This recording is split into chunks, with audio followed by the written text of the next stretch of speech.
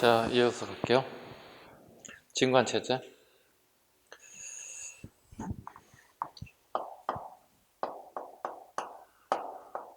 군을 배치하는데 어떻게 하면 효율적일까? 어떻게 하면 효율성이 있을까? 네, 이런 문제가 항상 고민거리겠죠. 군 숫자가 예를 들어 뭐 10만이다, 5만이다. 그럼 어디에 배치할 것인가? 어떤 시스템을 가지고 갈 것인가? 되게 중요한 체제입니다. 책에 안 나와 있는 앞에서 일꾼 체제 하나 넣으시면 돼요. 박스에다 앞에.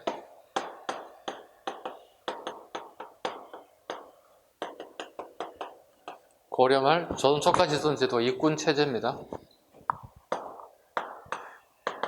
이익의 군사 1000명입니다. 이익의 군사 1000명을 배치하는 제도.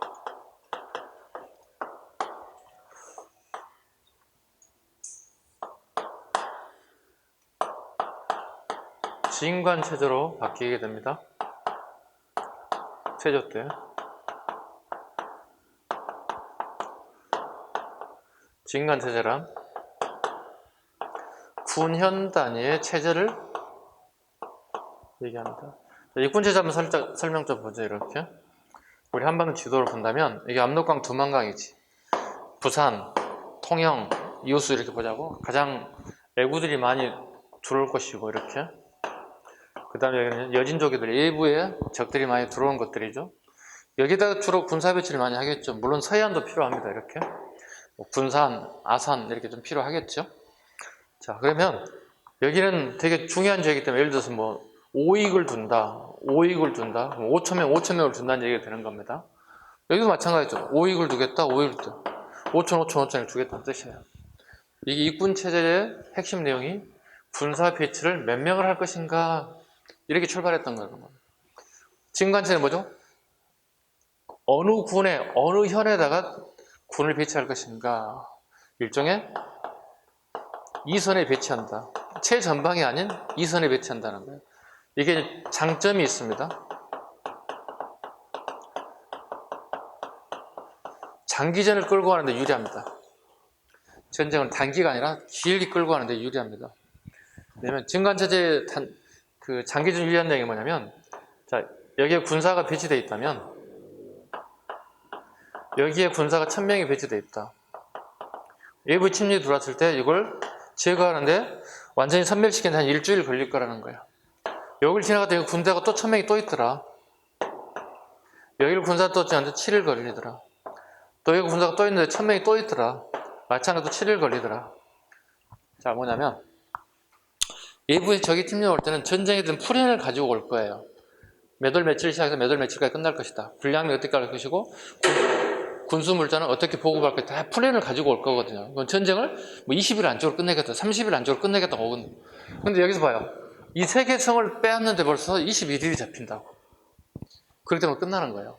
패배하는 거예요. 왜냐하면 보급로가 제대로 올 수가 없어요. 전쟁이 장기적으로. 그리고 우리 정부에서 중앙정부에서는 그 대책, 대안들을 계속 마련하게 된다고요. 추가 파병이 늘어나게 돼요. 물설고 낯선 것은 어떻게 해요? 굉장히 고생을 하게 돼요. 항상 우리 익숙한 환경에서 살아도 어떻게 가끔 불편할 때가 있잖아요. 예를 들어 이렇잖아요. 여러분 살고 있는 집 봐보세요. 되게 익숙하죠? 내가 매일 생활하고 자던 것이고 되게 편안하잖아요. 그죠? 근데 전혀 모르는 생소한 남의 집에 하룻밤을 자러 갔다 생각해봐요. 어때요? 되게 눈치 봐야 되고 되게 불편하잖아요. 뭐 친척집에 갔다. 되게 불편하잖아요. 친척이랑 만나서 반가운 건 좋은데 내 행동거지가 되게 좁아지잖아요. 그죠? 되게 눈치 봐야 되고 함부로 행동도 할 수 없는 것들. 이런 부분들 마찬가지예요. 전쟁에서도 똑같아요. 자기 익숙한 환경이 아니라 낯선 환경에 오기 때문에 되게 힘들어질 거라는 거예요. 자, 근데 진관체제가 실패한 게 있습니다. 여기 진관체제가 실패한 이유가 안 나와 있나요? 옆에 나와 있군요. 네. 을묘해변을 계기로 재승방략책으로 넘어갑니다. 을묘해변 보겠습니다. 전라도 서해안입니다. 구체 이름은 해남입니다. 해남 좀 여기 좀 되겠죠. 애국가 침범해 왔습니다. 애국가 침범해 왔는데 바다를 도착해 보니 바다를 지키는 수군이 아무도 없는 거예요. 얘들이 왜 왔겠습니까? 애국들이 우리나라 보호해주러 온 거 아니잖아요. 약탈하러 온 거잖아요. 속된 말로 털어먹기 위해서 온 거잖아요. 그래서 어떻게 상륙하겠죠. 상륙 어떻게 빼앗고 약탈하고 그 다음에 살육이 벌어진다고. 네, 가장 약체들이 어린아이, 여성, 네, 보호받지 못하죠. 가장 많은 피해를 입었겠죠. 뭐 예나 지금은 똑같아요. 전쟁이라면 어린아이하고 여성이 가장 보호받지 못합니다. 왜? 신체적으로 약하기 때문에 아직은. 네, 똑같은 피해가 여기 이루어진다고. 이 결과 봐보죠. 을매변을 계기로 이게 완전 실패했잖아요. 진간체제가. 그럼 왜 실패할까요? 우리 군 배치가 지금 어디에 있어요? 내륙에 있는 군 단위, 현 단위에 배치했다고. 그럼 최전방인 이쪽 사이드 봐봐 이렇게. 이쪽 사이드는 군인이 아예 없다고 이거는. 그래서 상륙에서 나쁜 짓을 하게 되는 거예요. 이걸 계기로 되게 재정방역적으로 바뀌었다고. 을매변을 계기로 재정방역적으로 바뀌었다고. 자, 이것은 군현체제가 아닙니다. 군현체제가 아니라 도단위 군사 배치입니다. 그리고 제1선에다가 군을 배치하는 거예요. 왜? 이거 실패했기 때문에. 을매변을 계기로 실패했기 때문에 이렇게 바뀌는 거예요. 자, 그런데 임진왜란 때 재정방역 체계는 실패하고 맙니다. 실패합니다. 실패한 이유를 한번 보겠습니다. 자, 가장 실패한 게 부산이죠. 부산, 통영, 여수 이렇게 군사가 배치된다고 이런 식으로 기본적으로. 이게 재정방역 체계니까. 자, 군사를 갖다가 우리가 몰아놔서 10만 명을 갖다가 이렇게 집중적으로 부산 앞바다에 세웠다고. 이때 애국들이 침범해 온다고 부산에. 20만 명이 침범해 옵니다.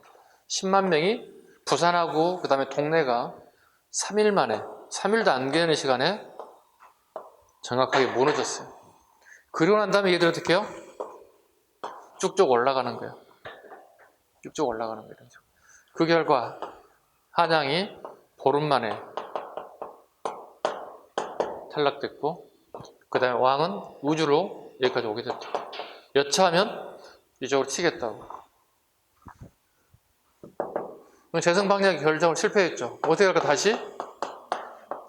전쟁 중에 진관 체제로 다시 복구됐다 보시면 돼요. 이 흐름 잡으셔야 돼. 하나, 둘, 셋, 네 가지밖에 없잖아요. 그죠? 입군, 진관, 재승, 다시 진관 체제로 복구되었다. 군 배치된 얘기 잘 잡으시기 바랍니다. 그 다음에 기타 군사 관련 제도 보겠습니다. 봉수제.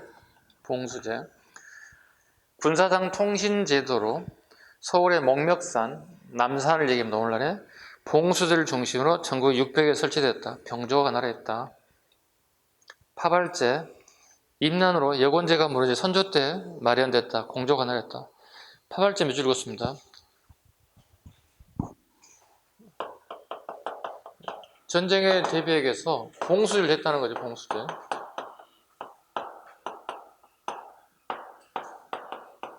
불과 연기를 통해서. 낮에는 연기가 잘 보이겠죠. 그죠? 저녁에는 연기가 안 보일 거 아니야. 그죠? 이런 식으로 했다는 거예요. 근데 임난 때 이게 실패한 거예요, 이게. 그럼 명나라 애들이 우리나라에 도움을 주기 위해서 오죠. 조선에 오죠. 얘들 봤더니 파발제예요. 파발제, 보발제를 통해서 메시지를 전달하더라는 거지. 말을 타고 다니는 애들,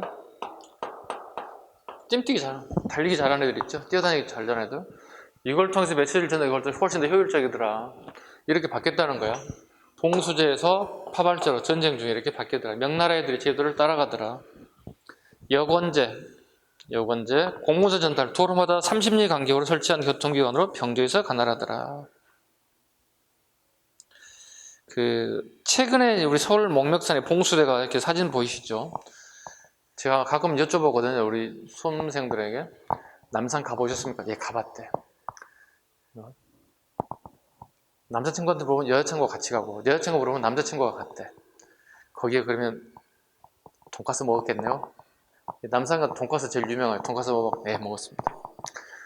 제가 봤을 땐 그 돈가스나 시중에서 먹는 돈가스 별 차이가 없던데 그걸 먹으러 가요. 그리고 열쇠에다가 I love forever 적어서 이렇게 이름 써가지고 여기다 이렇게 책장에다 이렇게 걸어놔. 되게 엄청나게 많은데 거기 이름 적혀있겠네. 예. 그 여자친구 어디 있어? 헤어졌는데요? 왜 했니 그걸?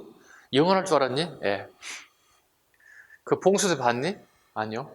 봉수대가 보였겠어요 이게? 올라가다 보면 봉수대가 있거든요. 새롭게 다시 만들어 놓은 게 있거든요. 혹시 여러분 나중에 데이트를 하러 가신다면 남산에 예. 봉수대 좀 보시라고. 예. 서울에 봉수대가 있어야 하는 이유는 뭘까요? 상대방의 우리를 공격할 때 올라오는 것도 알아야 되지만 서울이 점령당할 수 있잖아. 그럼 서울에서도 어떻게 피워야 돼? 그래 밑에도 전달될 거 아니야. 원군을 요청할 거 아니야. 그러니까 서울에서 있는 이유는 마찬가지. 똑같아. 어느 지역이든 간에 점령당했을 때 알림이 역할을 한다는 거예요. 자, 페이지 넘기겠습니다. 353페이지 갑니다. 수치체제의 정비. 그 공무원 월급을 했어요? 안 했어요? 얘기 좀 해주세요. 안 했어? 했어?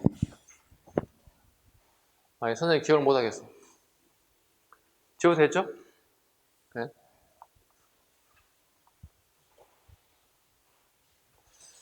자, 토지 제도의 변화. 토지 제도부터 가겠습니다. 몇 페이지야, 이게? 353페이지.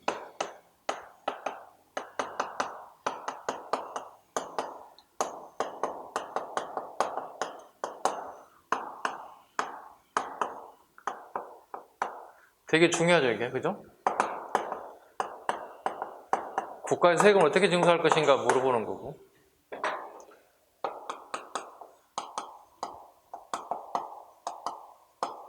공무원 월급 어떻게 줬습니까? 하는 거 물어보는 거거든요. 이 두 가지가 구분 안 되면 안 되겠죠. 가장 기본적인 겁니다. 조세제도, 세금 징수. 세 가지를 건다고. 조영조, 공무원 월급 보겠습니다.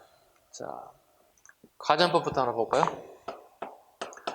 되게 어려운 거 없어요. 근데 필수적이에요. 그죠? 공무원 시험을 준비하는 수험생이라면 조세제도와 토지제도를 모르고 한국사를 보겠다고 그건 공부 안 하는 사람이죠. 과전법 공양왕입니다. 고려 마지막 왕이죠. 고려 마지막 왕이었던 공양왕 때 누구에 의해서 신진사대부 정도전,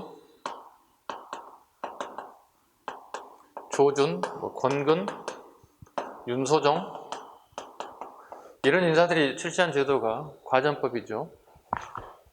내용 경기 땅을 전부 다 국가가 몰수합니다. 그리고 백성들에게 n분의 1씩 지급하게 되고 공무원들에게 이 땅에 대해서 수조권을 행사하게끔 만드는 거죠. 이 수조권이 곧 뭐죠? 공무원의 월급이 되는 제도를 갖다가 얘기합니다. 이해 가셨죠? 이게 과전법이에요. 네. 이때 수신전과 휴량전이 지급됐어요. 거기 수신전 휴량전을 밑줄 그으면 돼요, 여러분들은.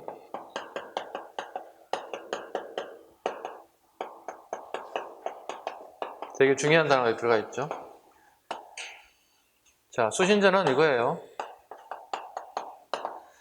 군인들에 대한 얘기입니다.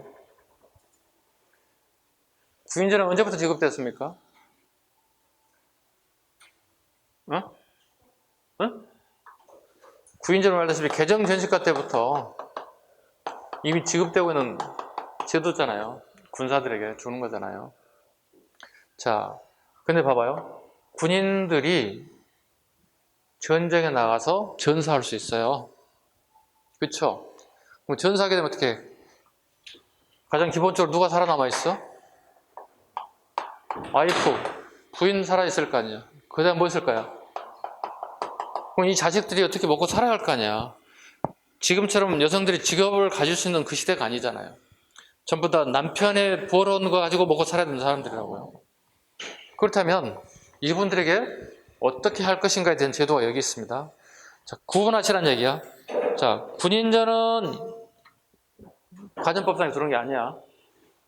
전사시 어떻게 할 것인가 제도가 과전법에 든다는 거. 자, 부인이 수신자는 재혼을 하지 않는 조건으로 주는 거예요. 불쌍할 줄 양육할 양자야. 이건 뭐야? 자식 어린아이에게 있으면 어린아이도 지급하는 뜻이에요. 자, 그런데 봐봐요. 군인이 예를 들어 100만 원의 월급을 받는 사람 쳐봐. 예를 들어서. 그렇다면 부인이 있으면 여기 50만 원 주는 거고 자식이 있으면 50만 원 주는 거야, 이렇게. 그런데 부인이 재혼을 할 수도 있잖아, 사례라는 게. 재혼을 하게 되면 이걸 안 주겠다는 뜻이야. 재혼을 하지 않는 조건이야. 그럼 어떻게? 그 자식에게만 50만 원 준다는 얘기가 되는 거야. 또 반대로 될 수 있겠지. 자식이 없고 부인만 존재할 수 있겠지. 이것도 마찬가지. 이 월급은 주지 않고 이 월급만 50% 준다는 얘기가 되겠죠. 이해 가셨죠? 수신전과 출항전이 이 시기에 지급됐다는 겁니다. 자, 갑니다. 직전법 가볼게요. 이건 세조 때입니다. 약간 과전법상에서 이렇게 조선으로 넘어오는 거잖아요. 지금 이제 고려 말에서 조선 초로 넘어오는 거잖아요. 자, 이건 현직자에게만 주는 거예요.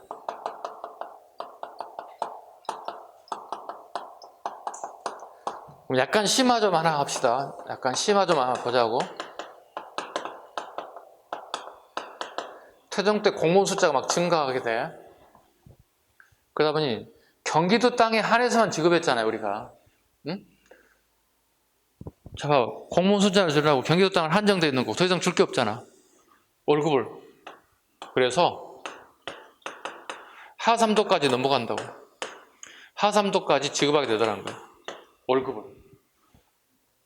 자, 세종대왕 가본다. 아들. 세종대왕이 봤더니 국가에 세금을 걷어서 정책을 하나를 펼치면 이게 들어가는데 이게 전혀 안 되더라는 거야. 도움이 안 되더라는 거야. 봤더니 하삼도 지역에서 생산되는 곡식의 일부가 공무원 월급으로 나가더라는 거지. 그게 서울의 곡식 창고에 국가의 조세로 들어갈 게. 이거 문제가 있는 거지. 국가의 세수비 감소하잖아. 세종대왕한테 가서 어떻게 다시 과전이죠. 쉽게 해서 월급은 경기로 제한하게 된다. 다시 하삼도에 있었던 걸 다시 어떻게 했다? 한원됐다. 이런 표현을 쓰게 됩니다. 이건 약간 심화예요. 아셨죠? 국가 예산을 충분히 가져가고 싶은 인물은 세종대왕. 태종은 급하다 보니까 하삼도까지. 왜냐하면 일종의 공신 세력들이 우대하다 보니까 되게 토지가 많이 필요했던 것들이에요. 직전법 갑니다. 현직자에게만 지급하게 됐다. 왜? 전현직이 지급했잖아, 과전법이. 네, 그래서 현직자에게만 지급했다. 즉 토지 부족 사태가 발생된다. 토지 부족 상황이 되다 보니까 현직자에게만 지급하게 되더라. 자, 이제 문제점이 또 하나 있죠. 자, 그러면 내가 퇴직 이후에 어떤 삶을 살 것인가에 대한 부분이 고민거리죠. 여러분들이 공무원을 지원하는 이유가 뭐예요? 일단 안정적인 생활, 그 다음에 월급 밀리지 않고 딜레이되지 않고 제 날짜 통장에 찍히는 거 하나, 그 다음 가장 중요한 게 퇴직 이후에, 그죠? 노령화 됐을 때 나의 생활 자금이 죽을 때까지 나온다는 거잖아. 이것 때문에 하는 거잖아. 자, 그런데 현직자에게만 주고 퇴직 이후 삶이 걱정되는 사람도 어떻게 해? 현직자일 때, 그 다음에 그 알량한 권력을 가질 때 어떻게 할까? 좀 많이 뒷주머니 챙겨야 되겠지. 부패해질 수밖에 없어요. 직전법 때 가장 큰 문제가 공무원의 부패가 등장하는 거예요. 자, 이걸 바꿔야 되겠죠? 이게 관수관급제예요.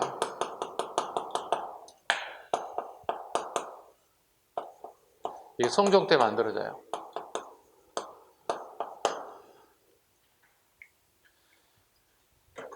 관에서 수조건을 가져가고 관에서 급여를 주는 거예요. 수조건과 급여를 직접 주는 거예요. 즉 공무원이 직접 수조건 행사를 못하게 한다는 뜻이지. 공무원이 수조건을 가져갔었잖아요. 그죠? 수조건 권한을 아예 주지 않는 거죠. 모든 권한을 국가가 전부 다 가져가는 제도. 급여를 줬다는 얘기 뭐죠? 처음으로 부분적이긴 하지만 녹봉제가 처음 등장하는 모습이 보이죠. 자, 봐요. 전부 다 15세기 15세기 관학파, 즉 훈구파들이 권력을 잡았을 때 나타난 공무원 월급 제도예요. 16세기가 되면 우리 알다시피 누가 권력을 잡습니까? 사림이 잡잖아요. 비판하죠. 16세기 사림들이 비판합니다. 자, 16세기가 되면 이렇게 됩니다. 직전법이 폐지되고 여기는 명종 때입니다. 그리고 녹봉제가 실시됩니다. 이렇게 적어드리면 가끔씩 선생님 직전법 여기서 폐지된 거잖아요. 이렇게 얘기하는 경우가 있어요. 맞아요. 자, 그런데 보세요. 무슨 문제가 발생되냐면 권력자들은 여전히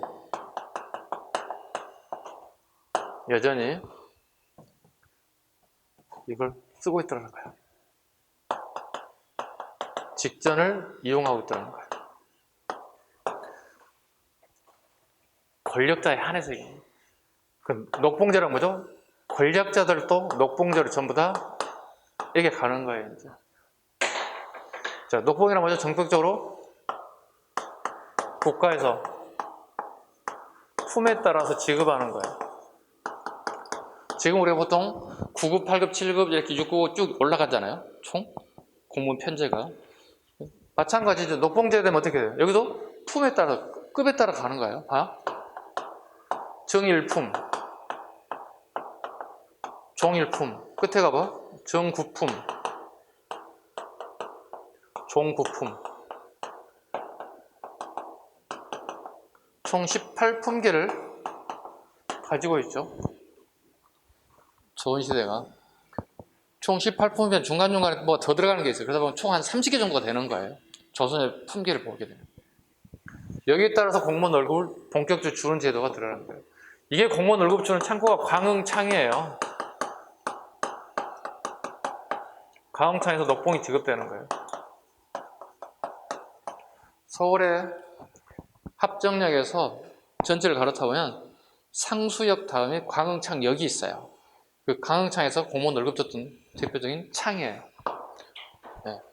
여러분 나중에 좀 이따 수행 시간에 지하철 그 그림 한번 봐보세요. 합정역에서 그 몇 호선인지 모르겠다.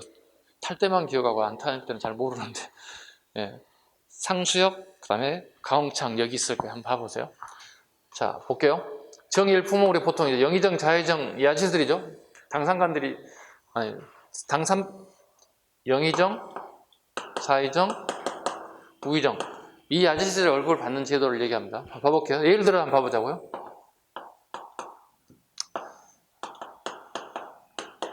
두 가지를 받습니다. 쌀과 포 두 가지를 받습니다. 이렇게. 자, 120석, 뭐 12포 이렇게 줍니다. 이건 옷감을 얘기합니다. 이때도 이것도 돈이고 다 돈이에요. 그 당시에는 다 돈이라고. 120석 12포씩 받아 쳐봐요. 자, 그런데 이 사람이 이걸 받기 전에 자기 집에 1년 동안 쓰는 예산을 봤더니 이 정도가 필요하더라는 거야. 많게 받아서 적게 받았어? 적잖아. 마이너스 났잖아. 그죠? 예를 들어서 그런 겁니다. 꼭 이렇게는 않고요. 정확하지는 않고. 예를 들어서 이렇게. 즉, 마이너스가 났다는 거야. 어떻게 할까? 생활비가 부족한 상황이 발생됐잖아. 한번 생각해봐. 여러분 가정에 한번 봐보세요. 엄마 아빠가 벌어온 돈을 가지고 생활비 쓰고 뭐하고 막 하잖아요.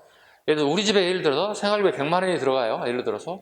근데 갑작스럽게 여러분 부모님 수입이 반으로 줄어들었어요. 50% 줄어들었어요. 50이 마이너스가 됐잖아. 그럼 어떻게 해야 돼? 누군가는 50을 채워야만이 우리 집에 돌아간다는 얘기잖아. 그럼 여러분 어떻게 해요? 엄마 제가 공무원 시험 준비 그만하고요. 아르바이트 할게요. 이렇게 해서 벌어올게요. 제가. 이렇게 할 수도 있겠죠. 당연히 부모님 싫어하겠죠. 무슨 소리 하고 있냐고. 내가 더 열심히 해서 벌어오면 되는 거지. 너는 공부해서 열심히 원하는 걸 이루라. 이렇게 하겠죠. 네. 의지력 강하죠. 아니요. 때려치고요. 돈 벌어올게요. 이렇게 하시는 분도 계시겠죠. 맞죠? 그럼 비교해보자고. 이 부족한 부분을 어떻게 메꿔할 거 아니야.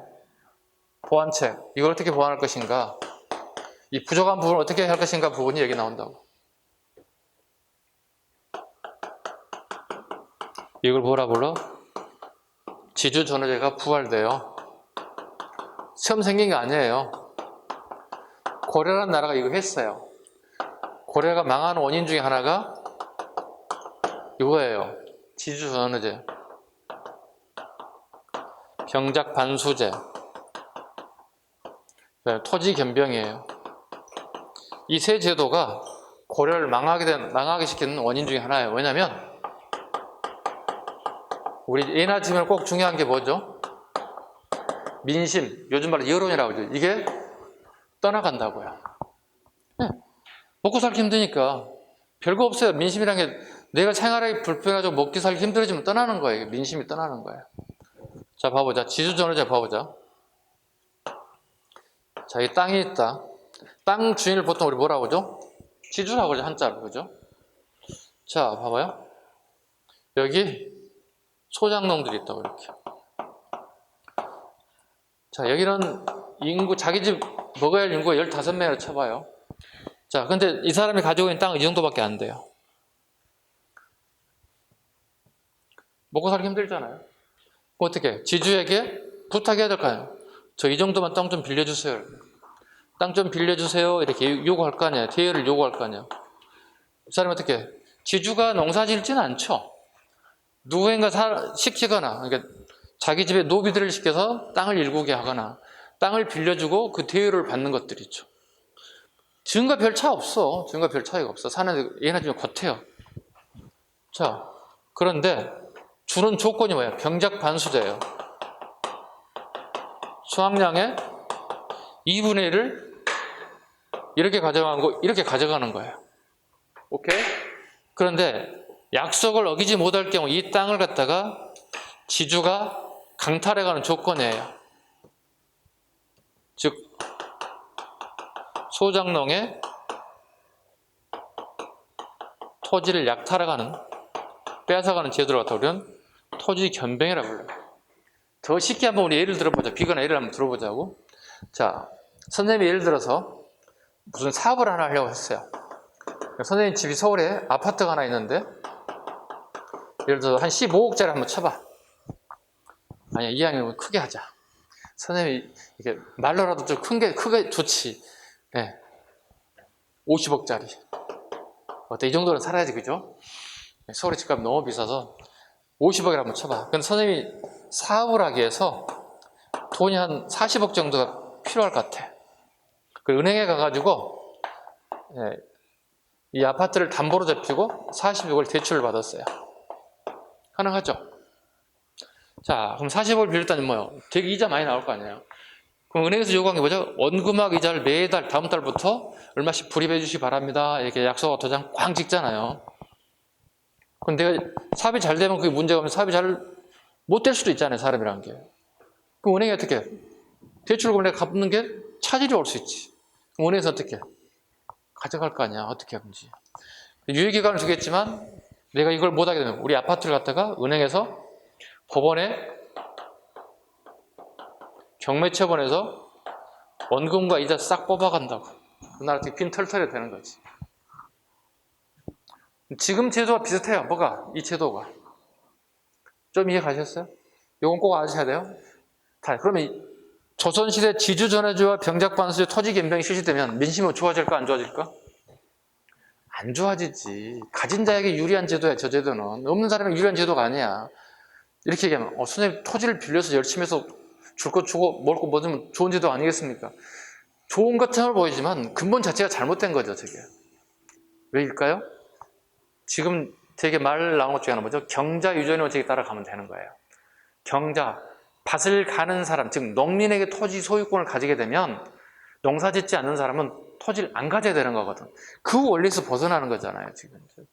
그래도 농민들이 힘들어지는 거예요. 농사도 짓지 않는 사람이 권력자들이 대량의 엄청난 많은 토지를 가지고 그 소유를 가지고 재산과 권력을 같이 가져가기 때문에 이게 문제가 된다는 거죠. 그 마찬가지로 지금 현재 시골에 농사를 짓는 사람들만이 토지를 가지고 경자유전의 원칙이에요. 근데 가끔 어떻게 아파트가 이 농지를 여기에 뭐 들어선다 그러면 어떻게 정보를 미래서 가졌던 사람들이 그 땅을 매입해서 나중에 차익을 챙겨가려는 게 그게 이번에 터진 LH 사건이 대표적인 케이스가요. 직원들이 내부 정보를 이용해서 그 지역의 농지를 미리서 임야를 매입해서 나중에 팔아서 큰 이익을 남기는 것들. 마찬가지입니다. 여러분도 앞으로 공무원이 합격된다면 그런 인허가권에 관련된 부서에 일을 하면서 그 정보를 가지고 본인뿐만 아니라 가족 누구의 지인들에게 그 정보를 주고 그 정보에 대한 대가를 가지고 받게 되면 여러분 걸리면 다 잘리는 거예요. 그것들은 아마 앞으로도 여러분 다 앞으로 살아가면서 되게 조심해야 할 부분들이 아닐까 싶습니다. 다음 페이지. 근세 문화를 좀 보겠습니다. 355쪽 한번 보겠습니다.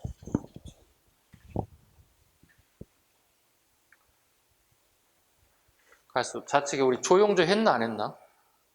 얘기 좀 해줘봐. 했어 안 했어? 얘기 줘봐. 했어 안 했어요? 했던 것 같아? 표시가 돼 있어요? 안 돼 있어요? 공법 했어요? 공법, 균역법, 그 다음에 뭐 대동보유 했어요?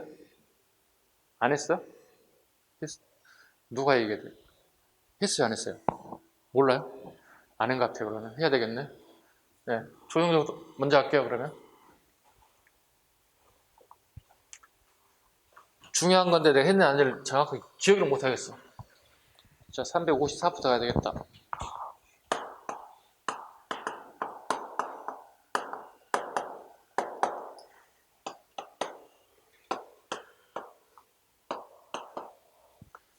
자, 조용조 보겠습니다. 이 조용조는 신라, 고려, 조선 모든 나라가 그죠? 모든 나라가 필요합니다. 왜냐하면 백성들로부터 세금을 걷어서 국가를 운영해야 되기 때문에. 지금도 마찬가지 않을까요? 우리가 뭐 매일매일 사는 게, 숨쉬고 사는 게 다 세금이잖아요. 그죠? 공짜라는 게 별로 없죠. 자, 조 보겠습니다. 농민들이 주 사업은 뭐죠? 우리가 이거 먹고 살죠. 그죠? 쌀 먹고 사는 거죠.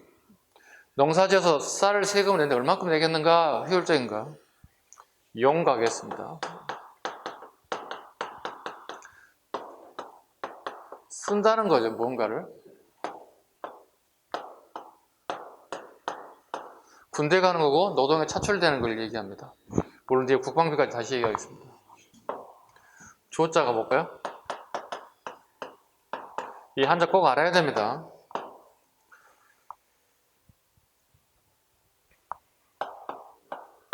고를 조자입니다.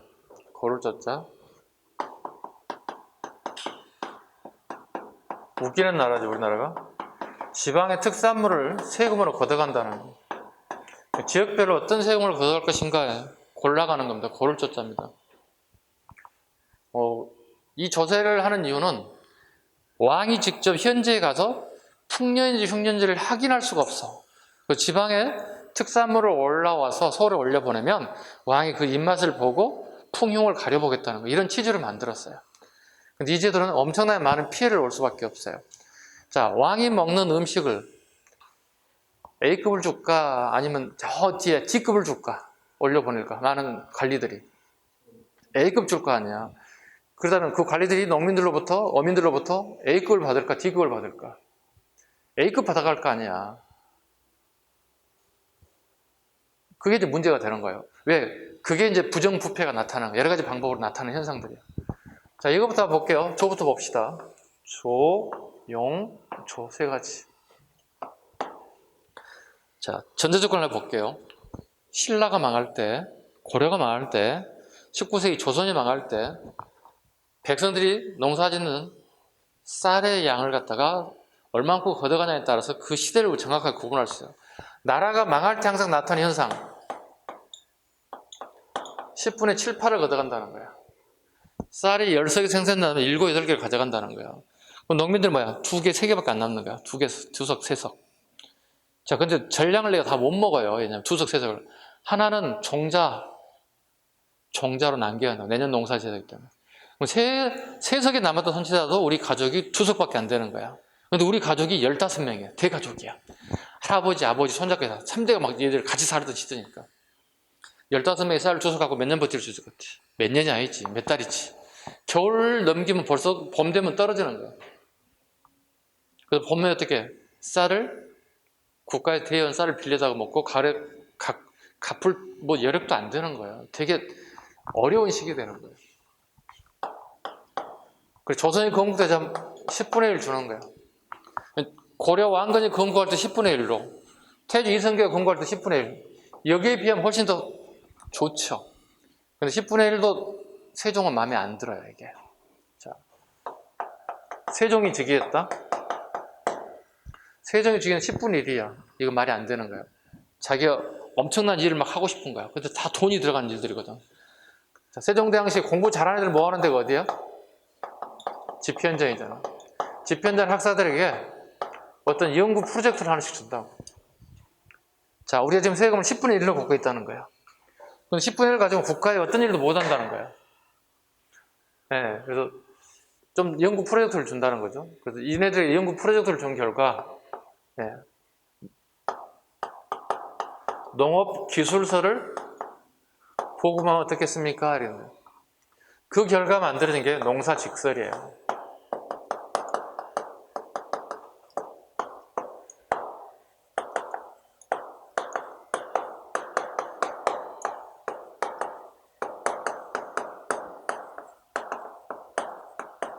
이 사람들이 편찬했어요.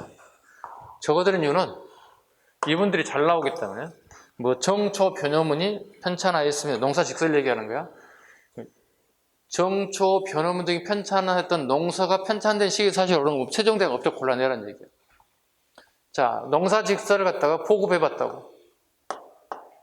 그리고 세종이 직접 궁궐 뒤에다가 경작을 한번 해봤다고. 직접 경작을 했다. 보급하고 농민들도 직접 경작을 해봤더니 수확량이 월등히 좋아졌다는 사실을 알게 됐어요.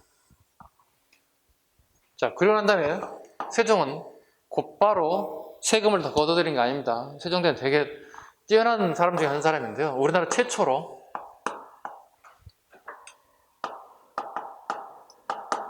여론조사를 했습니다.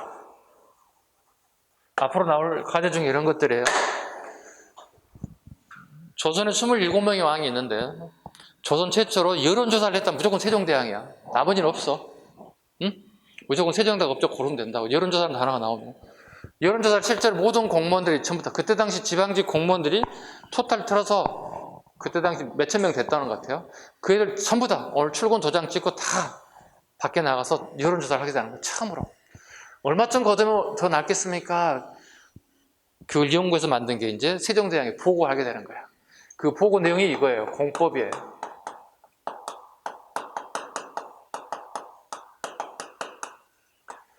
바칠 공짜, 이건. 계속 나오는 단위 꼭 기억하셔야 돼요. 바칠 공짜니까.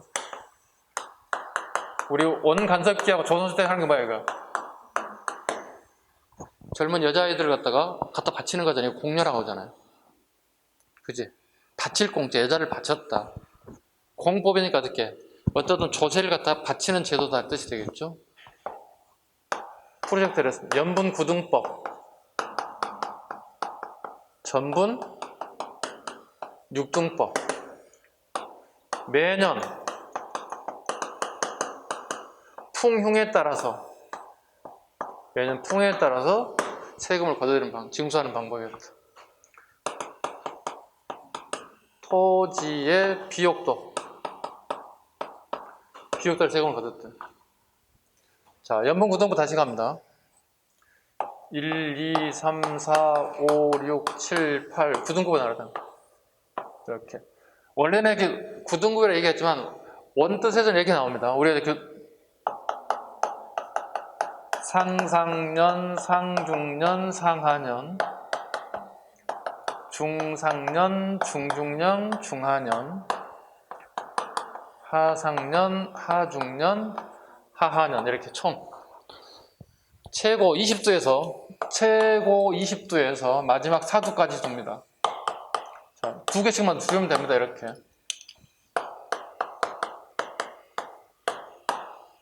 이렇게.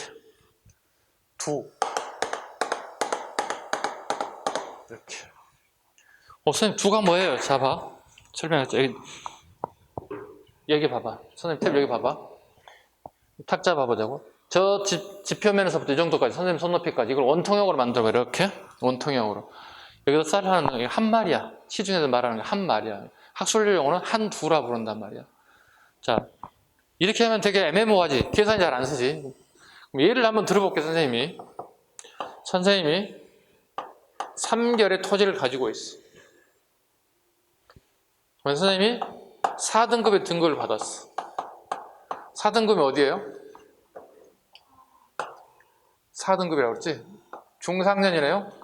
그럼 곱하기 뭐가 되는 거죠? 14가 되는 거잖아. 3, 4, 12, 42도가 되는 거야. 이해 갔어요? 이것도 똑같은 논리로 갑니다. 토지 비율도 6등급은 어떻게? 여긴 6등급이니까 이것도 똑같아요. 6등급으로 나눴을 경우에 42도를 둔다는 거지. 세금을 이렇게 걷겠다는 거예요. 세정비. 그런데 이게 실패하게 됐습니다. 실패한 이유는 공무원의 부패입니다. 뿐만 아니라 좋은 제도인데 운영에 문제점이 발견된다는 겁니다. 자, 어떤 문제점이 발견된지 보겠습니다. 자, 선생님 조카가 또는 여러분 친척이 여러분 공무원 된 다음에 우리 집에 풍년인지 흉년인지 판가름하게 해서 공무원이 출장 올 거거든요. 선생님 조카가 공무원이에요? 판단은 삼촌 농사 너무 잘 됐어요. 이렇게. 풍년 들었어. 그런다고.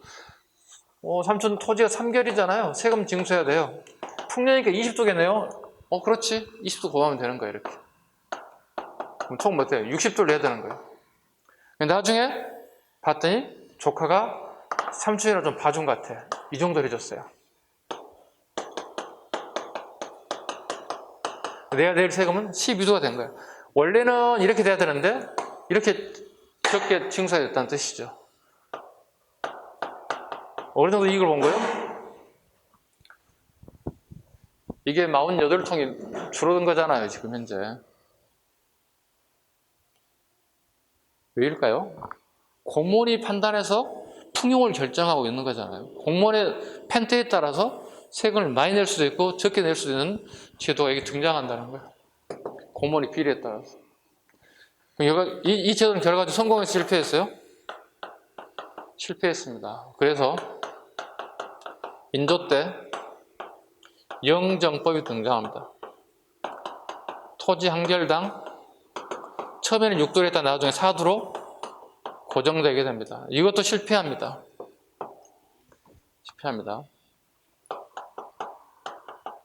숙종대 비총제가 등장합니다. 지역의 할당제로 가는 겁니다. 특히 농사가 잘 되는 지역은 하삼도 지역이죠. 충청, 경상, 전라 지역이 잘 되죠. 그죠? 이 지역에 예를 들어 봐봐. 우리 조선정부 5,000세기 쌀이 필요하다고 생각해봐. 그럼 충청, 경상, 전라 지역은 농사가 잘 되는 것이란 말이야. 자, 이 세 지역은 1,000석씩 가져오세요. 그럼 3,000석이 된다고. 나머지 8도니까 나머지 도에서 2,000석만 메꾸란 얘기야. 이런 식으로. 지방간에게 이런 명령이 되면 어떻게 엄청나게 많은 비리가 터져 나올 수밖에 없죠. 결과적으로 비총제도 총액을 정하고 비율제를 준다는 뜻이야. 그러니까 우리가 1년에 필요한 쌀은 총 5,000석입니다. 예를 들어서. 그렇다면 하삼도의 할당액을 많이 늘려서 더 많이 걷고 나머지 좀 더 생산력이 떨어진 동네들, 지역에 따라서 좀 걷는 방식을 하겠다는 거예요. 이것도 마찬가지로 어떻게 해요? 둘 다 실패해요. 다 실패하죠. 이것도 실패, 이것도 실패. 실패의 이유가 뭐예요? 수확량에 따른 징수예요. 실패 이유 보자.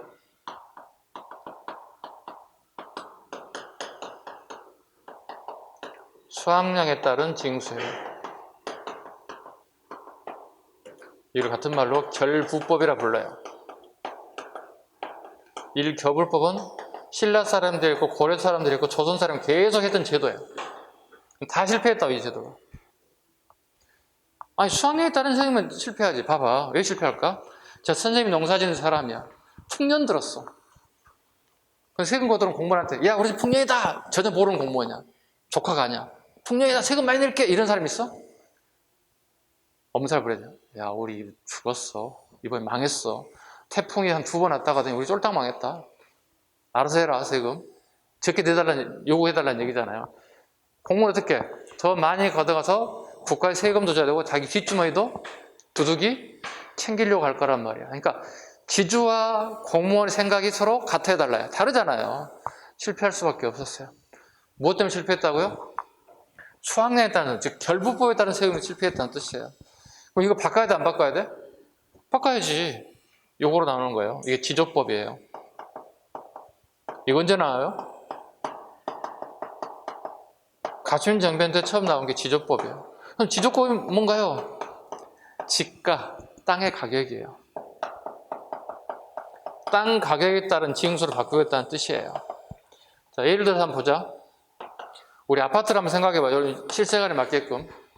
자, 선생님이 서울에 15억짜리 아파트를 가지고 있어. 자, 여러분이 살고 있는 곳에 꼭 같은 30평짜리 아파트예요. 여기 왔더니 7억이래. 반 이상 줄어들었지. 그죠? 예를 들어 그렇다는 뜻입니다. 자, 그럼 여러분 생각해 보세요. 세금을 여러분이 더 많이 내야 됩니까? 아니면 선생님이 더 많이 내야 됩니까? 응? 선생님이? 꼭 같은 30평인데? 맞아요. 평수가 문제가 아니라 지세, 땅 가격에 따라 내는 걸 바꾸자는 거예요. 이게 뭐예요? 지조법이에요. 땅에 대한 조세를 걷자는 거지 수확량에 대한 세금이 아니라는 얘기지. 자, 이렇게 얘기해볼까? 저기 하삼도 지역에, 섬 지역에 예를 들어서 선생님 10,000평의 땅을 가지고 있어. 만평 땅을 샀을 때 봤을 때 계산해봤을 때 1억이었어. 근데 여러분은 5억짜리, 7억짜리 아파트를 가지고 있어. 10,000평 가진 사람과 30평 가진 사람 누가 세금을 더 많이 내야 되냐? 논리적으로 본다면 10,000평이 더 많이 내야 되겠지. 근데 지조법이 뭐야? 지가니까 땅의 가격이기 때문에 여러분이 가지고 있는 7억짜리 아파트가 훨씬 더 세금을 많이 내야 한다는 얘기가 되는 거예요. 그럼 이거 오늘날 이걸 뭐라 불러? 이와 같은 걸 오늘날에 뭐라 부르냐고. 항상 뉴스거리 중에 중심에 서는 게 재산세예요. 재산세 비율을 올릴 것이냐 떨친가 항상 이게 논란거리 중에 하나이잖아요. 선생님 가끔 이런 경우 많죠. 뭐 70, 80 되신 어르신들이 있는데 아파트 들락 하나 있는데 이거밖에 없다는 거야. 나는 벌이가 아무것도 없는데 갑자기 하룻밤 자고 났더니 팔 생각도 없고 갑자기 아파트가 막 1억, 2억 올라갔다. 그만큼 재산세가 더 많이 부과된다는 거야. 이분들은 경제활동에 수도되는 분들인데 갑작스럽게 200만 원, 300만 원 1년에 더 내라면 어떻게 부담이 온다는 거지. 이게 이제 가장 큰 우리 사회의 이슈거리이기도 해요. 앞으로 여러분 아마 그 대통령 선거가 앞으로 다가올 텐데요. 대통령 후보들이 이 재산세 부분을 어떻게 할 것인가 되게 치열한 공방전이 벌어질 수 있다고 봐야 돼요. 아니, 당연히 가진 가격이 소유하게 되는 부동산 가격이 올라서 부동산세에 대한 세금을 더 많이 내야 되지 않느냐 이런 논리도 맞는 얘기 같고 나는 나이가 80이야. 경제활동을 안 해. 이렇게 한다고. 연금 타먹고 사는 사람이야. 근데 어떻게 세금을 더 내라는 거야? 서로 이렇게 치열한 공방전과 그 다음에 그 표를 가져가기 위한 후보들의 어떤 대안들을 내지 아마 두고 볼 일이지 않겠는가. 어때 좀 이해 갔어요? 되게 양이 많아요. 쉬운 듯 하면서 양이 되게 많기 때문에 꼭 보셔야 돼요. 용 봅시다. 얘들 군대 가는 얘기하는 거예요. 이건 되게 쉽죠? 양인 개병지. 그 다음에 병농 일치. 양인 개병지. 중국 애들은 이걸 갖다 포병제라고 됐어요. 같은 말로. 이걸 우리가 가져다 써먹는 거예요, 쉽게. 요역. 그 노동에 차출되는 거죠. 노동에 차출하니까 공무원의 임의적으로 엄청나게 빼서 막 쓰는 거야. 네. 기준을 만들어야겠다. 그래서 기준을 만듭니다. 이걸 8개월 출 일부라고 합니다.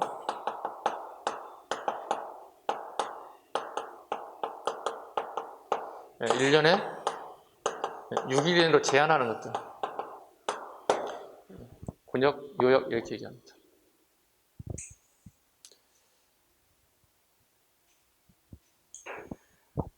좀 이해 가셨죠? 이게 간단하게.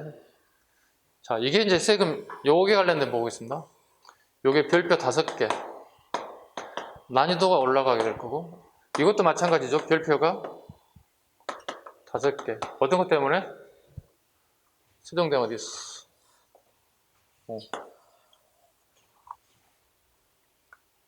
공법. 영정법. 이 두 개가 시험에 가장 많이 나오는 거예요. 꼭 잡으셔야 되겠습니다. 서로 간에 너무 잘 나오는 거기 때문에. 별표 5, 별표 5. 자, 오늘 별표 5개 되게 많습니다. 이거 문제, 그죠? 자, 이거 보겠습니다. 줘 보겠습니다.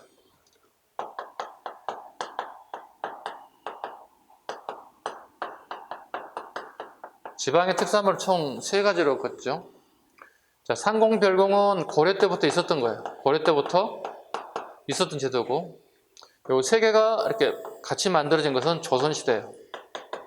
이 정도로 구분할 수 있어야 돼, 그죠? 지방의 특산물을 3가지로 얻었다. 상공, 별공, 진상.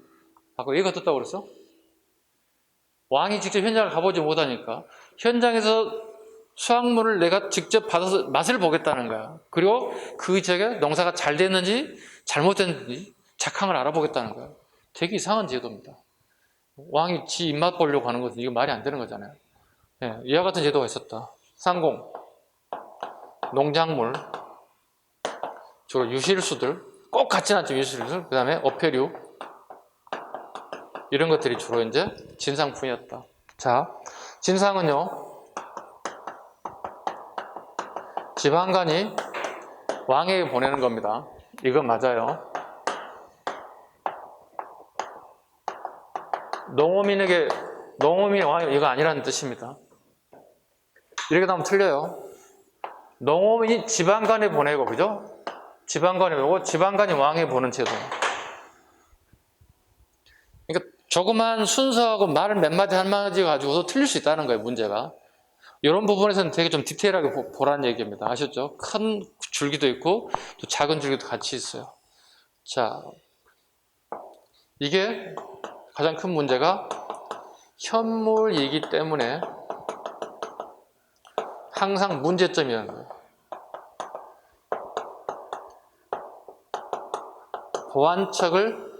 보완책을 제기합니다.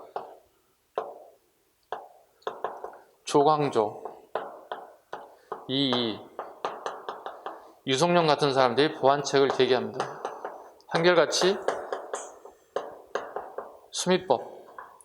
자, 농작물, 유실수, 어패류가 이 문제 때문에 되게 부패진다는 거예요. 그래서 이걸로 합시다. 쌀을 세금으로 내는 게 어떻겠습니까? 얘기했다는 거예요. 자, 이 사람들은 볼까요? 주장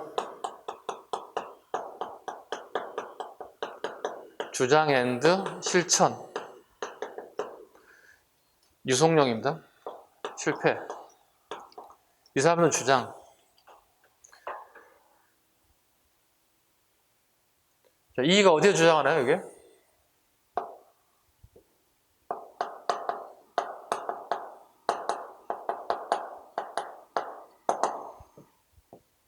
이는 동어문답에서 수미법을 주장하죠. 책이에요. 계획을 하려고 하는 책 중에 하나가 동어문답이죠. 자, 결과적으로는 다 실패하고 있는 거죠. 선조 때 유성룡이 건의했다 처음 했지만 대구 광역시 처음 실시합니다만 실패하고 맙니다. 자, 이어서 가보겠습니다. 자, 광해군 때 되면 이제 우리 시험에 가장 많이 나오고 분명히 내년에도 나올 거 6개, 7개를 한번 잡아볼까요? 너무 좀 중요하기 때문에 제가 맥심 5개를 잡는데요. 자, 공무원시험을 준비하는데 대동포를 뭐로 간다? 떨어지려고 한장했지. 항공사에서 대동포를 모르고 시험장하면 말이 안 되는 거예요. 봐요. 강해군 때 대동포가 실시됩니다. 자, 호조 참여했던 한백겸이 영의정이었던 이원익에게 건의합니다. 영의정 이원익입니다. 이 사람이 건의하고 이 사람은 다시 광해군에 건의하는 방식을 통해서 대동법이라는 걸 처음 제기하게 된다 보시면 되겠습니다. 자, 대동법 보겠습니다. 대동법이 뭔가? 자, 지금까지 내는 세금들은 전부 다 뭐예요? 다 현물이잖아요. 현재 쓰이는 물건들이잖아요. 현물이다 보니까 부정부패가 많다는 거예요. 어떤 부정부패가 많은지 보자고요. 현물이기 때문에 부패하더라.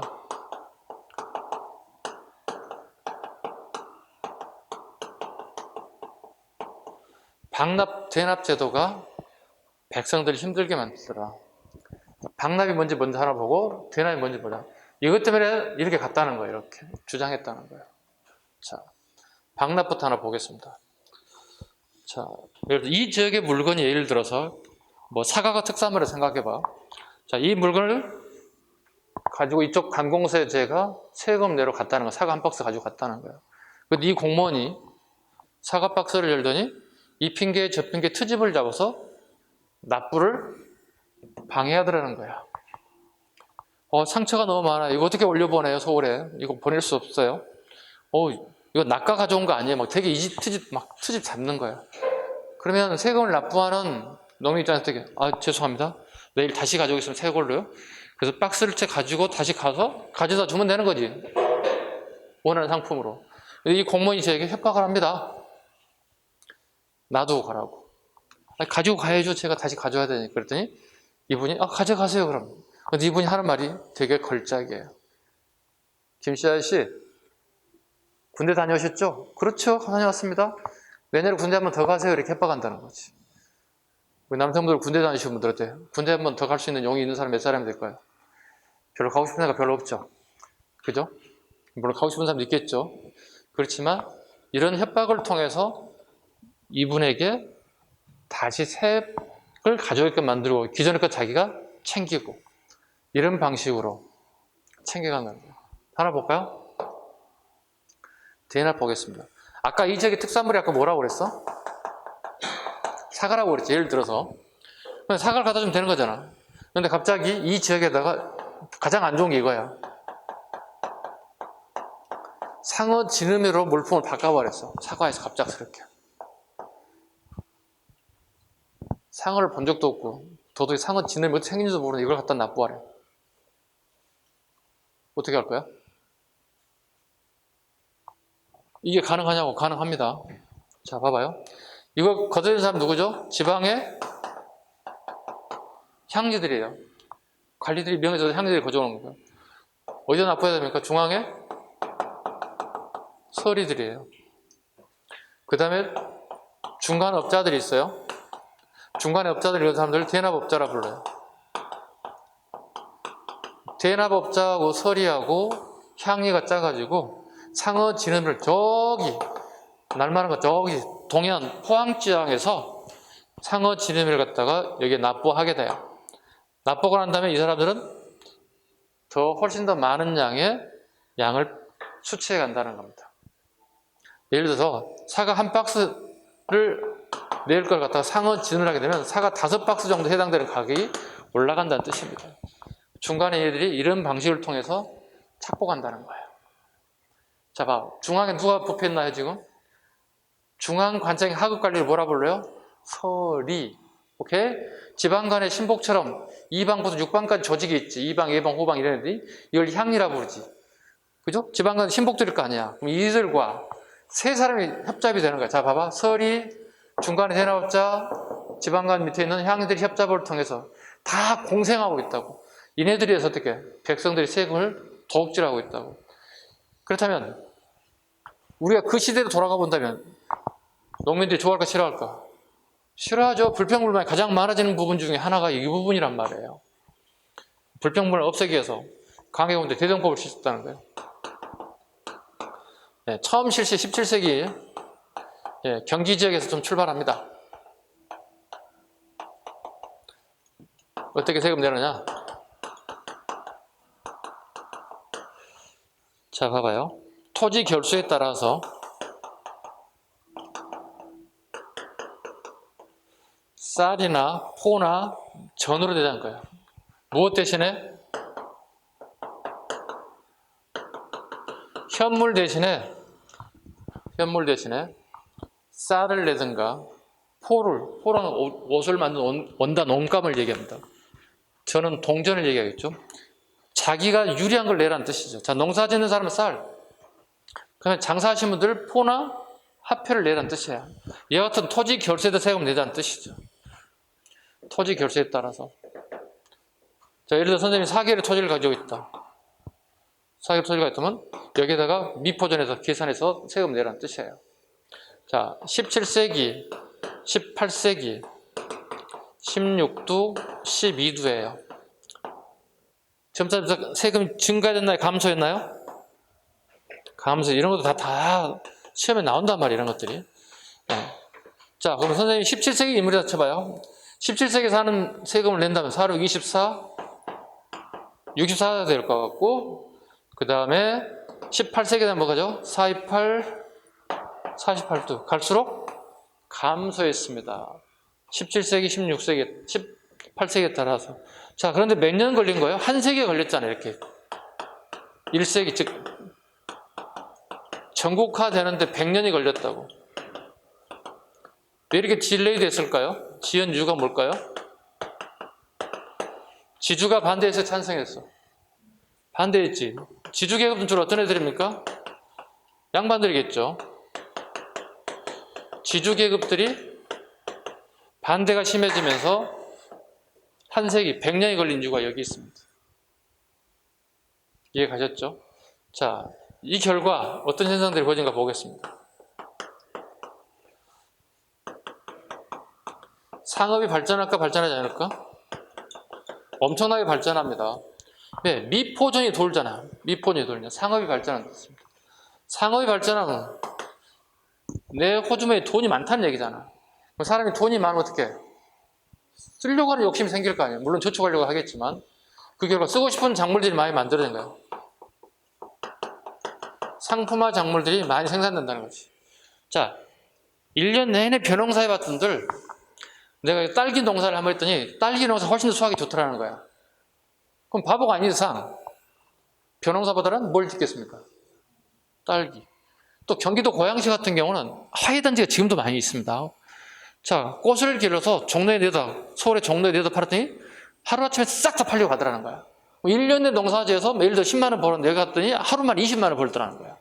그걸 1년으로 견사하면 어떻게 해요? 엄청난 금액 차이가 날 거 아니에요.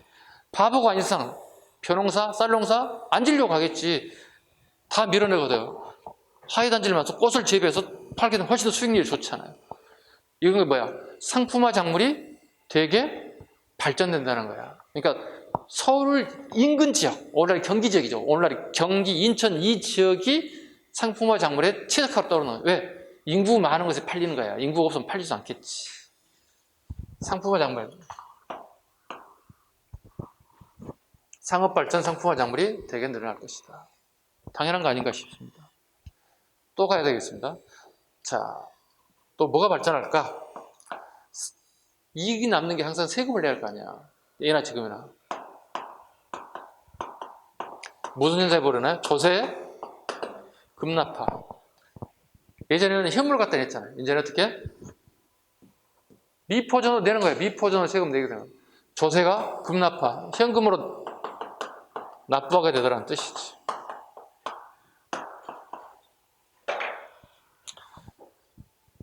그 다음 보겠습니다. 조용조 아까 수업할 때 이렇게 얘기했습니다. 잠깐만요.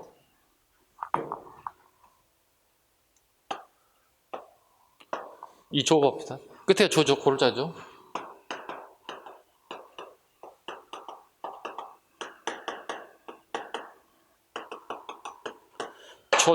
조세 전세 현상이 벌어져라. 자, 봐봐. 조용조의 조 봐봐. 고를 조자지. 고는 즉 지방의 특산물을 전세야. 내가 가진 이쪽으로 옮겨볼게. 이렇게 밭전자. 내가 토지를 얼마큼 갖고 있느냐에 따라서 세금을 징수하겠다는 뜻이에요. 자, 전세하는 말이죠. 토지의 결수에 따른 징수 방법을 조세 전세하라는 단어를 쓴다는 뜻입니다. 이해 가셨죠? 되게 어려운 단어 중에 하나가 조세 전세하라는 단어입니다. 최소한 이 정도, 네 가지 정도만은 무조건 알아야 되겠습니다. 물론 더 풀이한 부분은 책을 통해서도 다시 공부하겠습니다. 이렇게 해서 조용조, 조세제도에 관련된 부분까지를 되게 오래 걸렸습니다. 그죠? 1시간 정도 넘게 걸렸습니다. 왜일까요? 되게 어렵고 중요한 부분이기도 하기도 합니다. 공무원 수험생이라면 이 정도는 기본적으로 월급제도하고 세금 내는 제도는 당연히 알아야 되고 한 문제 나올 수 있고, 어떤 경우는 두 문제가 동시에 나오는 경우도 있어요. 20문제 동시에 나오는 경우도 있습니다. 그래서 한 문제 정도 무조건 나올 거고요. 근데 여러분들이 주의할 게 중에 하나가 조세제도하고 그 다음에 토지제도가 구분이 안 되는 사람들이 되게 많습니다. 오늘 당장에 복습할 때, 집에 가서 복습할 때 할 내용 중에 하나가 토지제도와 조세제도를 내가 먼저 구분하자. 두 개 섞이면 어떻게 엉망진창 된다고. 패턴이 안 된다는. 됐죠? 잠시만 하겠습니다.